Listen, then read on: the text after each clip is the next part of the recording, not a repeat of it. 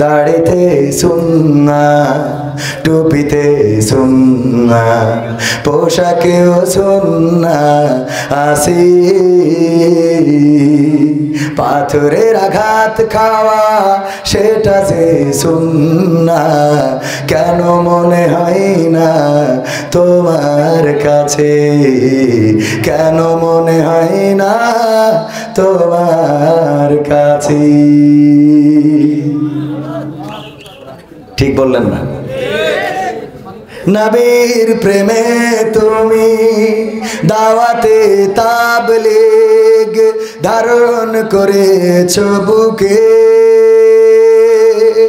সেই তুমি আজ কেন জুলুমের প্রতিবাদে আওয়াজ তোলো না মুখে? বিশ্বাস হলো না?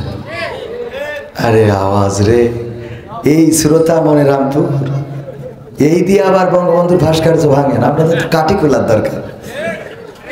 নবীর প্রেমে তুমি দাওয়াতে তাবলীগ ধারণ করেছো বুকে,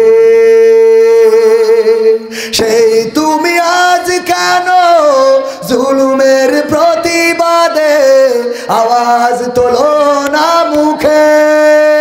মেসওয়াক করো তুমি রোজ প্রতিদিন, মেসওয়াক করো তুমি রোজ প্রতিদিন, সেখানেও সুন্নাহ আছে।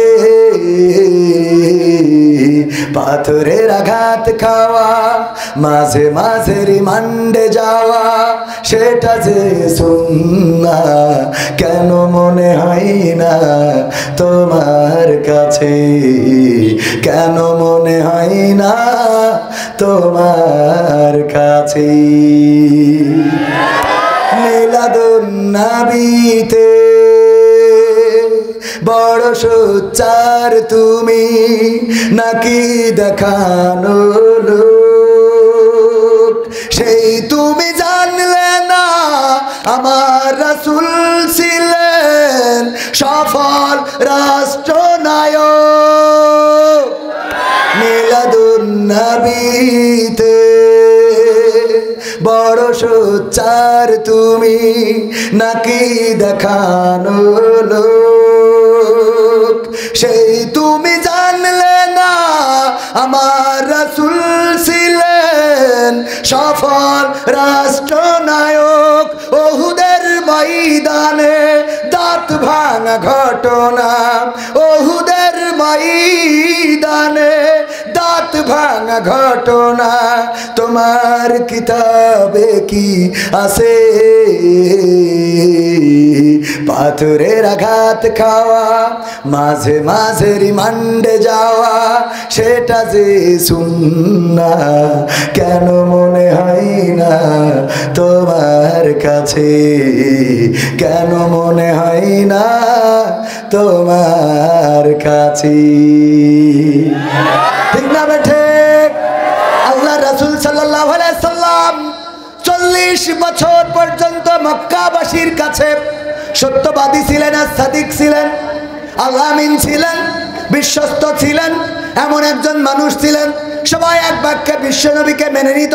বিশ্বনবী যদি কোনো কথা বলতো সেটা বিশ্বাস করত।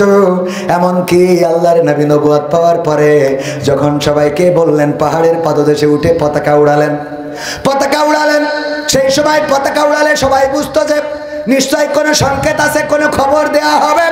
সবাই পাহাড়ের পাদদেশে দাঁড়ালো, আল্লাহর নবী পতাকা ঘুরাতে লাগলেন। সবাই যখন দাঁড়িয়ে গেল, মক্কাবাসীকে বলল, গো মক্কাবাসীরা বলো দেখি, আমি যদি বলি পাহাড়ের অপর পাশে, পাহাড়ের পিছনে কোনো বাঘ আছে অথবা কোনো শত্রু বাহিনী আছে তোমাদের উপরে আক্রমণ করবে, বলো দেখি তোমরা বিশ্বাস করবা নাকি করবা না? মক্কাবাসী আল্লাহর রাসূলকে এতটাই বিশ্বাস করত, আল্লাহর রাসূলকে এতটাই বিশ্বস্ত, আল-আমিন সত্যবাদী মেনে নিয়েছিল। তারা বলল, শোনো আল-আমিন, আস-সাদিক, তুমি যদি বলো যে পাহাড়ের অপর পাশে শত্রু আছে যারা আমাদের আক্রমণ করবে, অথবা বাঘ ভাল্লুক আছে আমাদের উপরে আক্রমণ করবে, আমরা এক বাক্যে সেটা মেনে নেব। কারণ গোটা জীবন জিন্দেগিতে তুমি কোনোদিন মিথ্যা বলো নাই, কোনোদিন কারো সাথে প্রতারণা করো নাই, কোনোদিন কোনো মানুষ ঠকাও নাই, কোনোদিন কোনো মানুষের টাকা ধার নিয়ে ঘুরাও নাই, কোনোদিন কোনো মানুষের সাথে গালমন্দ করো নাই, গালি দাও নাই, কোনোদিন কোনো মানুষের সাথে অসদাচরণ করো নাই। তোমার গোটা 40 বছর জীবন জিন্দেগির মধ্যে আমরা যেটা দেখেছি, তুমি একজন নিরেট ভালো মানুষ, একজন সত্যবাদী আল্লাহওয়ালা, একজন ভালো মানুষ, ভালো মানুষ, ভালো মানুষ। এর বাইরে তো তুমি নও, সুতরাং তোমার কথা মানতে আমাদের কোনো আপত্তি। আল্লাহ রাসূল বললেন, যদি তাই হয় ওগো মক্কাবাসী, আল্লাহ রাব্বুল আলামিন আমার উপরে কিতাব নাজিল করেছেন, কোরআন দিয়েছেন, আমাকে নবুয়ত দিয়েছেন, আমি তোমাদের পরে নবী হয়ে এসেছি।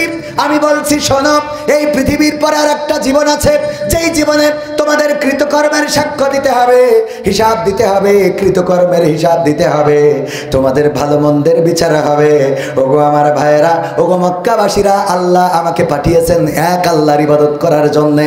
তোমরা মক্কায় যে 360টি দেবতার মূর্তির, 360টি দেবতার পূজা অর্চনা করো, ইবাদত বন্দেগী করো, এই ইবাদত বন্দেগী করা যাবে না, এক আল্লাহর কাছে নিজেদেরকে সমর্পণ করে দিতে হবে, ঘোষণা করতে হবে লা ইলাহা ইল্লাল্লাহু মুহাম্মাদুর রাসূলুল্লাহ, আল্লাহ ছাড়া কোনো ইলাহ নেই এবং মুহাম্মদ আল্লাহর প্রেরিত রাসূল। এই কথা তোমাদের সাক্ষ্য দিতে হবে। এই কথা যখন বলল, মক্কাবাসীরা বলল, ঠিক আছে মুহাম্মদ আমরা বিশ্বাস করে নিলাম। সুবহানাল্লাহ। বিশ্বাস করেছিল? বিশ্বাস কি করেছিল? বরং বলল, মুহাম্মদ ধ্বংস হও, দূর হয়ে যাও, এমন কথা তোমার মুখ থেকে আশা করি নাই। আমরা দাওয়াত দিয়ে নিয়ে আসলাম, তুমি কথা বলবো আমাদের পক্ষে, তা না তুমি ধানমন্ডি তোলো কেন? কথা কয় না? দাওয়াত দিয়ে আনলাম এই কথা বলার জন্য, ওই কথা বলার জন্য, তুমি কেন এই কথা বলো? আল্লাহ রাসূল যদি রাষ্ট্রপ্রধান না হতেন, তাইলে আমরাও এই নিয়ে কথা বলতাম। আল্লাহ রাসূল সাল্লাল্লাহু আলাইহি সাল্লাম রাষ্ট্রপ্রধান শুধু হয় নাই, বরং আল্লাহর দ্বীন কায়েম করে প্রমাণ করে দিয়েছেন কেমন করে কোরআনের আইন চালাতে হবে। আল্লাহ রাসূলের পরিবারের একজন চুরি করলেন মহিলা, আল্লাহর নবী বললেন কোরআনের আইন অনুযায়ী হাত কেটে দাও। সাহাবীরা বুঝালো, গো বিশ্ব নবী আপনার পরিবারের লোক, আপনার গোত্রের লোক, এমনকি তিনি একজন নারী, তার হাত কাটলে সমালোচনায় পড়ে যাব, পৃথিবীর মানুষ সমালোচনা করবে, এমনকি আপনার পরিবারের হওয়ার কারণে, আপনার বংশের গোত্রের হওয়ার কারণে গোত্রেরও সম্মান বিনষ্ট হবে। ওগো বিশ্ব নবী, কোনোভাবে কি এই শাস্তিটা মওকুফ করা যায় না, অথবা এই শাস্তিটা কোনোভাবে কি রহিত করা যায় না? আল্লাহর নবী সাল্লাল্লাহু আলাইহি সাল্লাম স্পষ্ট করে বলে দিলেন, ওগো আমার সাহাবীরা শুনে নাও, ওগো আমার পরিবারের লোকেরা শুনে নাও, ওগো আমার গোত্রের লোকেরা শুনে নাও, ওগো আমার মক্কাবাসীরা শুনে নাও, যদি আমার গোত্রের লোক নয়, স্বয়ং আমার কন্যা, আমার কলিজার টুকরা ফাতেমাও যদি চুরি করত, আমি বিশ্ব নবী কোরআনের আইন অনুযায়ী হাত কেটে দিয়ে আল্লাহর দ্বীন কেমন করে এই সমাজে বাস্তবায়ন করা লাগে সেটা প্রমাণ করে দিতাম। আল্লাহু আকবার বলবেন না? আল্লাহু আকবার। আল্লাহ রাসূল বললেন, যদি আমার কন্যা ফাতেমা সেও যদি চুরি করত আর সেটা সাক্ষ্য প্রমাণে প্রমাণিত হয়ে যেত, আমি নবী আমার কন্যা কলিজার টুকরা এত ভালোবাসার আল্লাহর নবী যখন দূরে যেতেন, তখন সবার শেষে দেখা করতেন ফাতেমার সাথে রাদিয়াল্লাহু তাআলা আনহার সাথে, সবার শেষে দেখা করে বিদায় নিতেন। আর যখন ফিরে আসতেন, আগে এসে ফাতেমা রাদিয়াল্লাহু তাআলা আনহাকে খুঁজতেন। কত ভালোবাসতেন, কত কলিজার টুকরা ছিল। আল্লাহর নবী সবার শেষে দেখা করতেন ফাতেমার সাথে।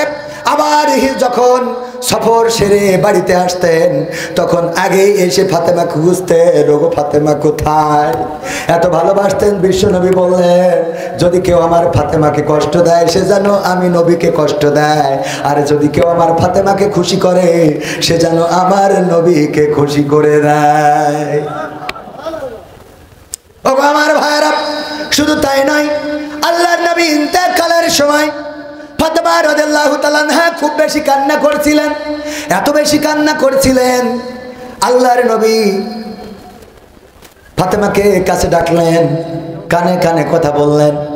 ফাতেমার কান্না বন্ধ হয়ে গেল রাদিয়াল্লাহু তাআলা আনহা, চুপ হয়ে গেলেন। আম্মা আয়েশা রাদিয়াল্লাহু তাআলা আনহা বললেন, ওগো ফাতেমা, তুমি তো সবচেয়ে বেশি কান্না করছিলে রাসূলকে হারানোর জন্য। জন্য। এখন তুমি চুপ হয়ে গেলে, তোমার বাবা তোমার কানে কানে কি বলল? ফাতেমা রাদিয়াল্লাহু তাআলা আনহা বললেন, আমার বাবা বলেছে, ফাতেমা এত কান্না করো না, তোমার কান্না আমার কলিজায় লাগে, তোমার কান্না আমি সহ্য করতে পারি না। তোমারে সুসংবাদ দিই, আমি ইন্তেকালের পরে সর্বপ্রথম আমার পরিবারের যার সাথে আমার দেখা হবে সে হলো তুমি, আমার কলিজার টুকরা ফাতেমা।